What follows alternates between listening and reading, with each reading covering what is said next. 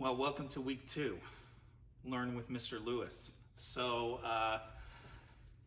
appreciate the positive response I got from the many viewers of that first video. It's really unbelievable that already I have like 1 million followers. No, not even close.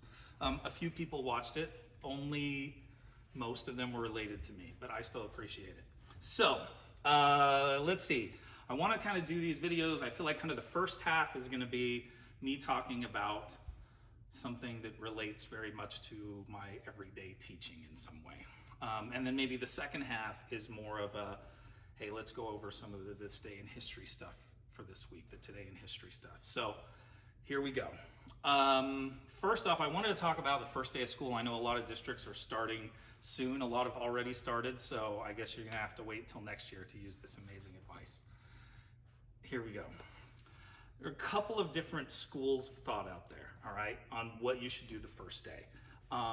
Some teachers believe that it's important to go over the rules and procedures and establish that you are in charge, and that there's a kind of don't smile until Christmas mentality. I remember a teacher told me that my first year, you have to be extremely firm at the beginning and you can always let up a little bit as you go. That don't smile till Christmas mentality.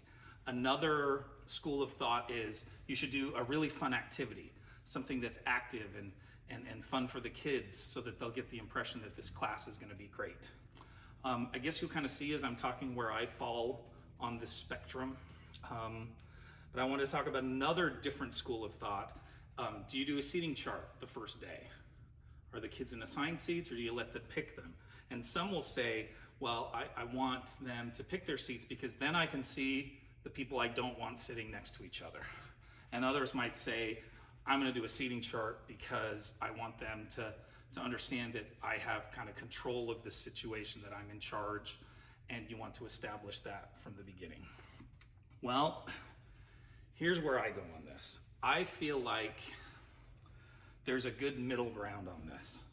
And that as a teacher, always, not just day one, but always consistently, I feel like that I want to be warm but firm. That I want to be kind and friendly and welcoming. You think about if you were going to a conference or a training and the person that was running the training scowled at you as you came in to establish that they're in charge of that meeting, what kind of an impression that's going to give you of the meeting? And it's not going to be a good one. And I feel like at the beginning of my career, I was much more stern and strict and scowl-faced at the beginning because I wanted to make sure I had control. And over the years, I guess I've softened a bit. I've warmed up more and I've become more friendly and kind on those first days. And I feel like it's a better approach. So I'm going to greet kids at the door the first day. As they're coming into class, I'm going to say hello to them, and I'm going to introduce myself, and I'm going to welcome them into my classroom with a smile on my face, and then I'm going to tell them, you're going to have to find your seat. It's up there on the screen. And so I'm going to put the seating chart up there, and they're going to have to try and figure out where that is in relationship to the room, which is kind of fun to see. And at the same time, I do think it's important to establish that I'm choosing the seats and that we don't choose seats in my classroom. And so it's sort of an in-between. I'm going to be warm and kind, but at the same time, you don't get to sit by your friends. And part of the reason I'm not going to do that, and maybe we are unlucky and they end up next to one of their friends, but I don't want to give the impression that misbehavior is okay on day one. That they can go in and sit next to whomever they want and chit-chat as I'm trying to get things organized at all. In fact, I almost hope that somebody does that on that first day so that I can call them out and make it very clear that that's not acceptable in my classroom. But then as far as what else I do that day, I want my students to go home and to tell their parents, I love my social studies class. I'm so excited about my social studies class. When they ask them, what did you do today? I don't want the students in my class to say, oh, all we did in every class was go over the rules. It was so boring.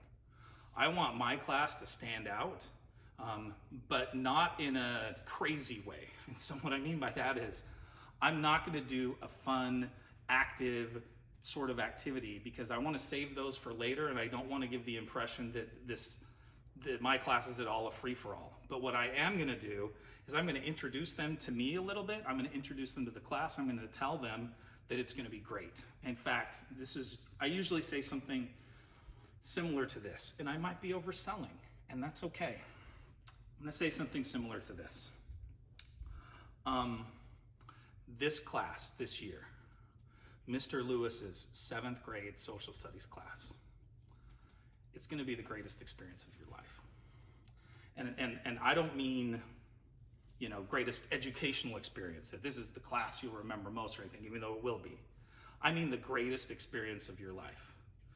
And so someday in the future, you might find yourself in a hospital room. And either you or your significant other has just birthed a baby. And the doctor or the nurse is going to hand that beautiful newborn child to you. And you're going to take that child in your arms. And then you're going to hand the child back. And you're going to say, I was in Mr. Lewis's 7th grade social studies class once. And so this is it's just okay. It's kind of meh. So why do I do that? Well, I want to implant in their souls, in their minds, in their hearts, that this class is going to be awesome and that they should have high expectations for what they're going to get out of this class. I don't want them to feel like this is just going to be a regular run-of-the-mill class, even though, you know what, a lot of days it is a regular run-of-the-mill class. But I want them to be excited about this class. And so yes, I'm overselling it. But I feel like I get a lot of mileage out of that. And I feel like that I really help the kids to be excited to be there. And that's mostly what I want them to come out of that first day with. I want them to understand that Mr. Seeley isn't a pushover. That's important too. But that also it's going to be great and they're going to love the class. Okay, so now we're going to go into our Today in History for this week. This week starts on a Tuesday because of Labor Day on Monday. So Tuesday, September 5th.